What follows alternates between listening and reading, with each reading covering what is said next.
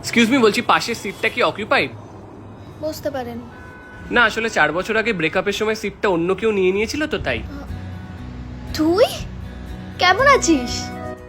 তোকে ছাড়া 4টে বসন্ত কেটে গেছে, মেসি ওয়ার্ল্ড কাপ জিতে গেছে, ইসরো চাঁদে চলে গেছে, আর তোর এঙ্গেজমেন্ট, সব মিলিয়ে ভালোই আছে। একটু পাল্টাস নিয়ে, টিপিক্যাল ইউ। হাঁটবি ওদিকটা? এঙ্গেজমেন্টে এলি না কেন?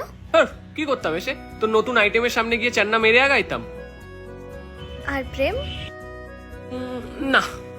এই এই এই ভাবিস না তোর জন্য রেখা হয়ে গেছি ভাই, করেছিলাম 2-3টে, টেকেনি। তোর তো কিছুতেই মন টেকে না, নিজের কেরিয়ারটাকেও সিরিয়াসলি নিলি না। ঠিকই আছে, আমি কেরিয়ারটা সিরিয়াসলি নিতাম না, আর তুই আমাকে। কি পাগল ছিলাম না ওই টাইমে। তোর মনে আছে ষষ্ঠীর দিন পুজোর লাইনে দাঁড়িয়ে তোকে প্রপোজ করেছিলাম। যাক, আর এসব ভাবে কাজ নেই, সামনের মাসে প্রমোশনটা হলে আমার বাড়ি থেকে বিয়ে দিয়ে দেবে। এই তাহলে তো ভালোই, আমাদের বিয়ের পরের রিউনিয়নটা এক্সকিউল টু পরকিয়া হবে। এই হ্যাঁ? Cotton candy.